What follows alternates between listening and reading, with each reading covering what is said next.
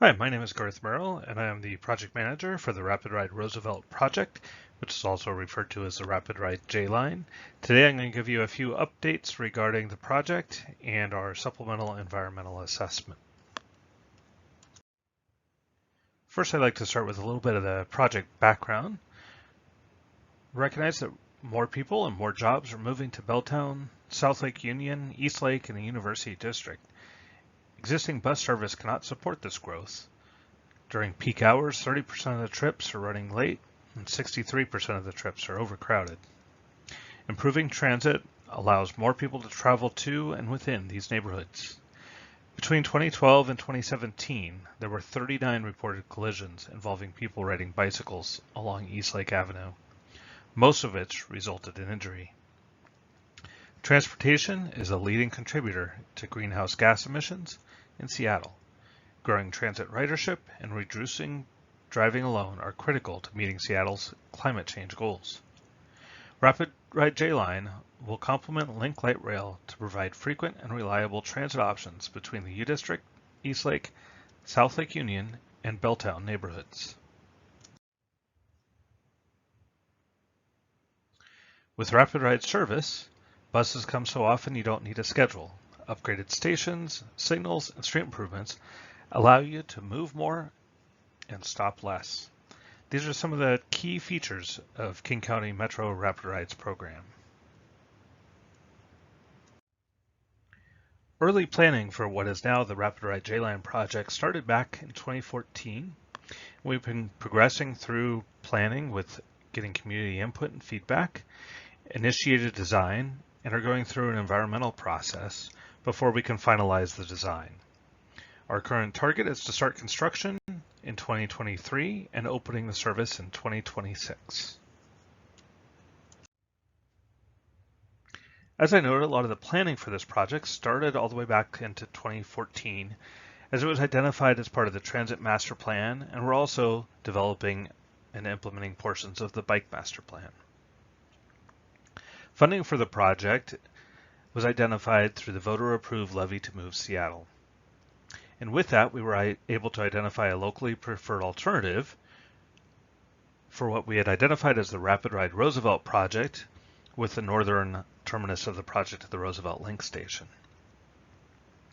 Through community efforts, we also went through evaluations of bicycle routes and determined that protected bike lanes on East Lake were the best option for meeting the evaluation criteria.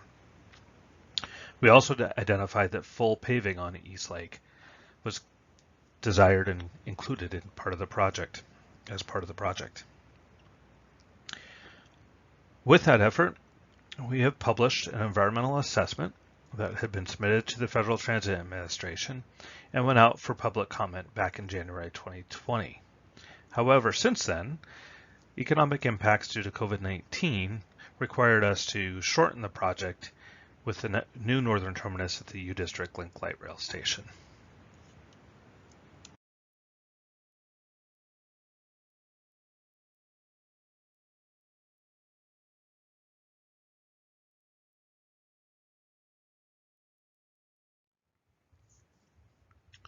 For this RapidRide J Line project, we've been working with the Federal Transit Administration to secure grant funding. And as part of that, we have to follow the National Environmental Policy Act, or NEPA. And one of the things that's been required for this project as part of that process is to do an environmental assessment. And that's to analyze some of the technical details and propose improvements to determine what impacts there may be to the environment and the community before we can start final design. This includes evaluating proposed mitigation strategies to minimize those impacts. And with a determination, it will allow us to apply for federal funding like the Small Starts Grant.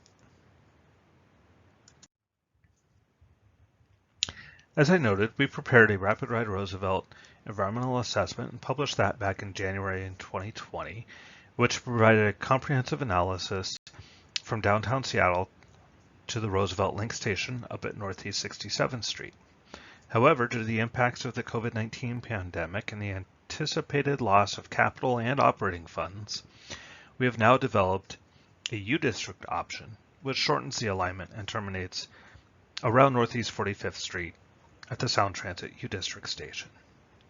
Therefore, we've prepared a supplemental environmental assessment that compares this U District option to the no-build alternative, similar to how the January 2020 environmental assessment compared the full alignment to a no-build condition.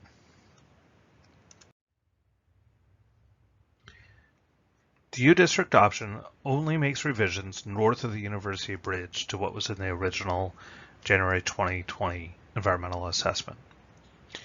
North of the University Bridge, the alignment will continue up 11th Avenue and Roosevelt Way. However, at Northeast 43rd Street, it will connect over to the east and connect to the U District Link station that's opening in October of 2021. Stops will also be closer to the UW campus. The shortened alignment still meets the project purpose and needs by providing connectivity to the neighborhoods as well as connections to the link stations. And it's consistent with community expectations and maintaining eligibility for grant funding.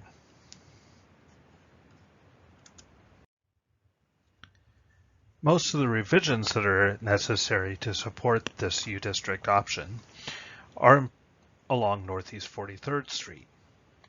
Between Roosevelt and 12th Avenue, we will be doing full depth repavement. We will be improving the protected bike lanes, and there will be installation of trolley wire to support the J Line route. However, this is taking advantage of several of the improvements that are already being constructed or completed that are around the U District station. We will also be installing a new signal at Roosevelt Way and Northeast 43rd Street to support the new bus movements. The RapidRide J Line with the U District option will be upgrading the Route 70. And one of the frequent questions asked is how does that compare to the existing Route 70? This helps to show in blue the current Route 70, which runs along Campus Parkway and 15th Avenue, which are very congested, lots of pedestrian crossings and lots of traffic signals. In addition, it requires the buses to make several left turn movements. The RapidRide J Line, utilizing 11th and Roosevelt and then Northeast 43rd Street, minimizes how many turns it needs to make, and so it's providing more direct access. And this saves 2 to 4 minutes of travel time just on the segment north of the University Bridge. Overall, with the RapidRide J Line U District option, we're looking at increasing ridership by nearly double.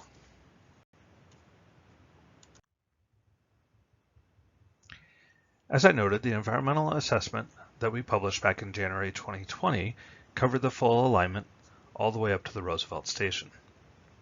The Supplemental Environmental Assessment focuses only on those revisions based on the U District option, essentially north of the University Bridge.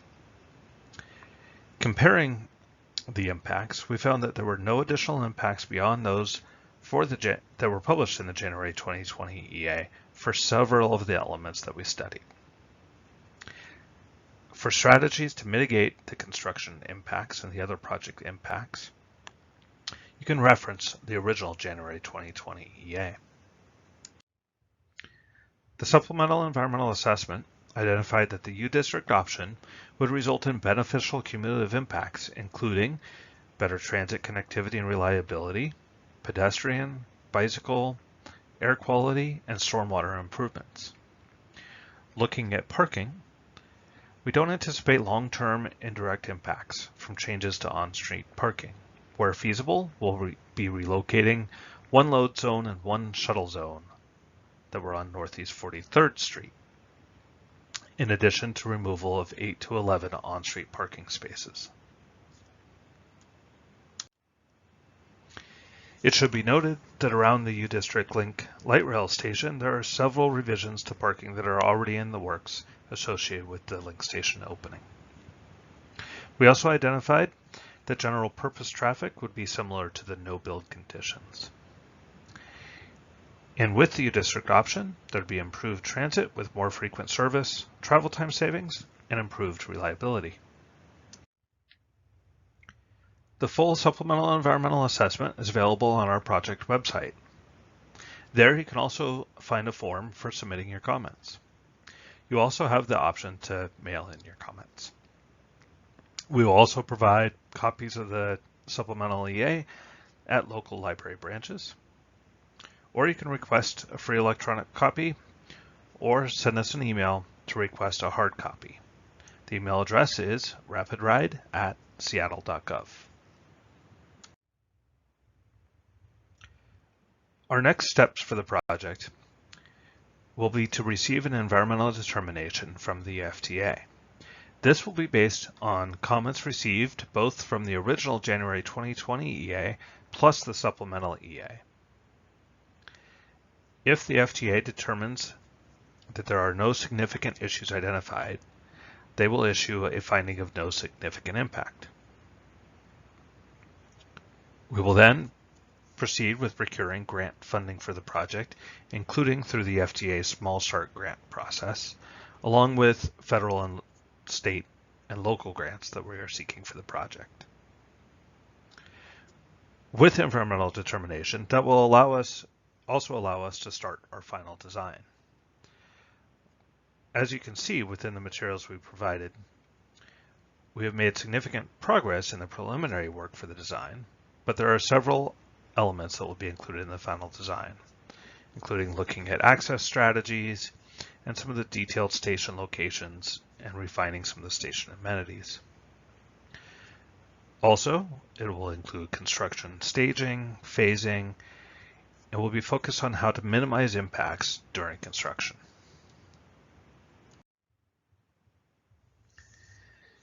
If you have any questions or ideas for the project, we encourage you to email us at rapidride@seattle.gov. We appreciate your interest in the project and look forward to hearing from you, especially as we advance towards final design and towards construction of this project. Thank you.